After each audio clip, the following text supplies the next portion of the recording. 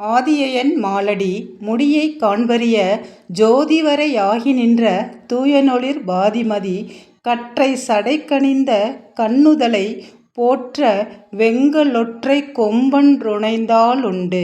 ஓம் நமச்சிவாய. அனைவருக்கும் வணக்கம். இந்த கார்த்திகை தீபத் திருநாள் டிசம்பர் 3 புதன்கிழமை அன்னைக்கு வருது. கார்த்திகை நட்சத்திரம் எப்போ வருதுன்னா டிசம்பர் 3 மாலை 4:47 மணி வரைக்கும் உங்களுக்கு பரணி நட்சத்திரம் இருக்குது. அதுக்கு பிறகு தான் கார்த்திகை நட்சத்திரம் வருது. ஏன் நம்ம இந்த கார்த்திகை திருநாளில் விளக்குகள் ஏற்றுறோம், இதனால் என்ன பயன் அப்படின்னு பார்த்தீங்கன்னா, இந்த தீபங்கள் தீய சக்திகளை விரட்டுவதோடு ஒளி மற்றும் புனிதத்தின் சின்னமாக கருதப்படுதாங்க. இந்த கார்த்திகை தீபத் திருநாள் அப்படிங்கிறது எப்படி வந்துச்சு அப்படின்னு பார்த்தீங்கன்னா, ஒரு சமயம் மகாவிஷ்ணுவுக்கும் பிரம்மாவுக்கும் 2 பேருக்கும் இடையில யார் பெரியவர் அப்படிங்கிற ஒரு சண்டை வந்திருக்கு. மகாவிஷ்ணு பிரம்மாவை விட நான் தான் வலிமையானவர் அப்படின்னு சொல்லியிருக்காரு. ஆனால் பிரம்மா மகாவிஷ்ணுவை விட நான் தான் வலிமையானவர் அப்படின்னு சொல்லியிருக்காரு.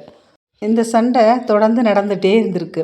இதை பார்த்த சிவபெருமான் என்ன செஞ்சுருக்காரு, இந்த சண்டைக்கு ஒரு முற்றுப்புள்ளி வைக்கணும் அப்படின்னு சொல்லிட்டு உங்களை விட நான் தான் பெரியவர் அப்படின்னு அவர் சொல்லியிருக்காரு. இதை பிரம்மாவும் விஷ்ணுவும் நம்பலையாம். உடனே சிவபெருமான் என்ன செஞ்சுருக்காரு, மிகப்பெரிய நெருப்பு வடிவில் அவங்க 2 பேர் கண் முன்னாடியும் காட்சி கொடுத்துருக்காருங்க. காட்சி கொடுத்துட்டு 2 பேர்ட்டையும் என்ன சொன்னார்னா, நெருப்போட மேல் உச்சியையும் அடிப்பாகத்தையும் 2 பேரும் சென்றடையணும், போயிட்டு வரணும் அப்படிங்கிற மாதிரி சொல்லியிருக்கார்.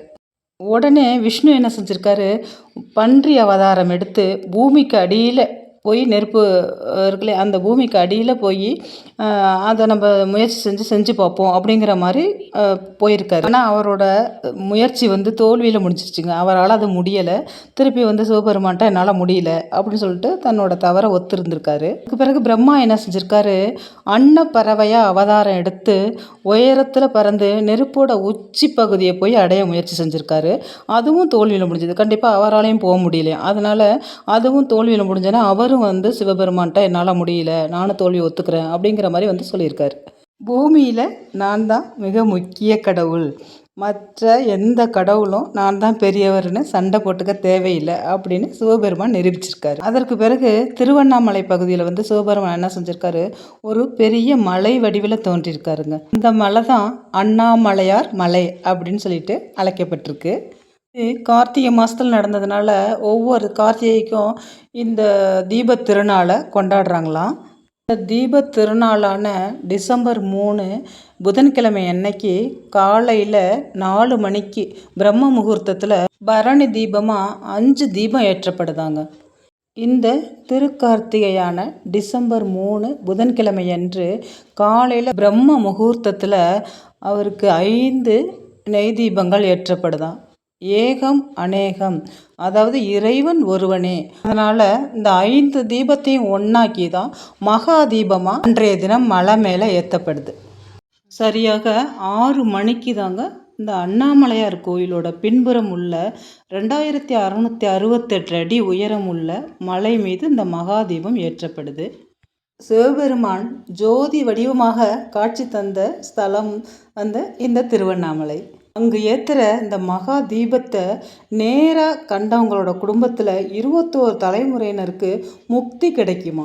இந்த தீபம் ஏற்றும் போது அந்த தீபத்தை பார்த்து ஓம் நமச்சிவாய அப்படிங்கிற மந்திரத்தை நம்ம எத்தனை முறை உச்சரிக்கிறோமோ அவ்வளவு நன்மைகள் நமக்கு கிடைக்குமாங்க.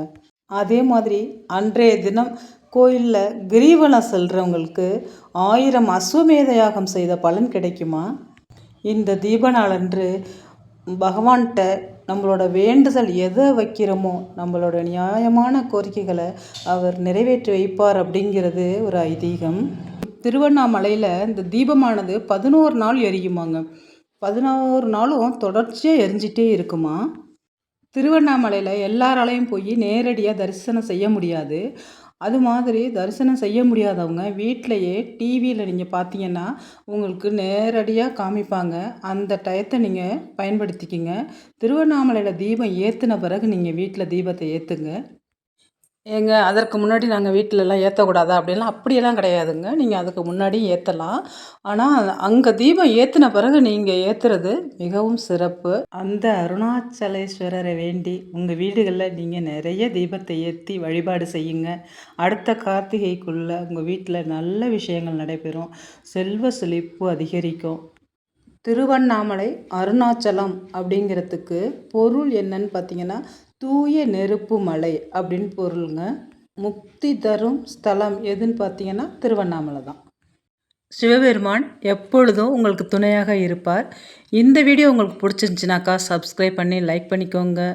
இந்த வீடியோ பார்த்த அனைத்து நல்லுள்ளங்களுக்கும் நன்றி. நான் இன்னொரு ஆன்மீக வீடியோவில் உங்களை சந்திக்கிறேன்.